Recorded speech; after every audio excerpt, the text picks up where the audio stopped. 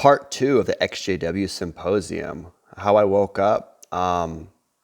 The interviews at the assemblies or at the district conventions, regional conventions, and the circuit assemblies and special day assemblies, all of those are either altered or fake.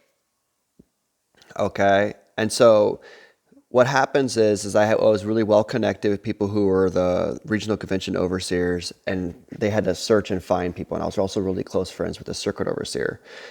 And essentially, the branch, the teaching committee, has a certain quota that has to be met.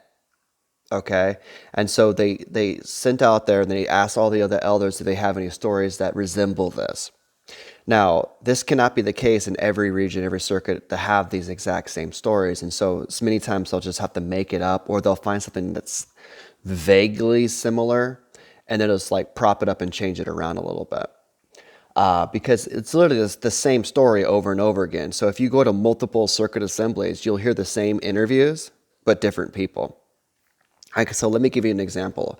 This is one of my first wake-up calls when I was doing it, because I was being interviewed because when I was 20, I was in a band up in Seattle, and it was going really well, and I turned down an indie label contract to make music, and I abandoned my bandmates, who they're all currently XJWs now too, and left, and then I became a regular pioneer and a ministerial servant, switched to Spanish, and I was doing really well, according to the witness doctrine. And so people, they wanted to interview me. And when I went to interview, talking about the band story and things like that, there was alterations to it. And I was just like, well, this is kind of misleading because this is not really what happened. They're like, yeah, but we're looking for this.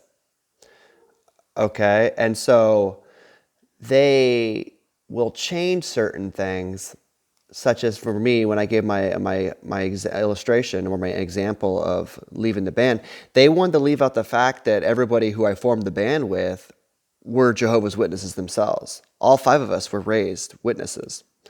Okay, in the band, we formed the band, and then, and most of our first concerts were at witness parties. But all this stuff they had to completely leave out of the story.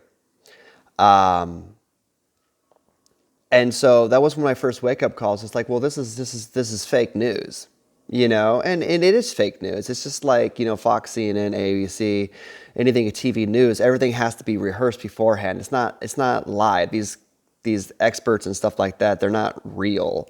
They're real experts, but like everything they're saying is pre-planned and pre-approved, because obviously they can't be pissing off their sponsors or where their income comes from, with this is essentially a fact.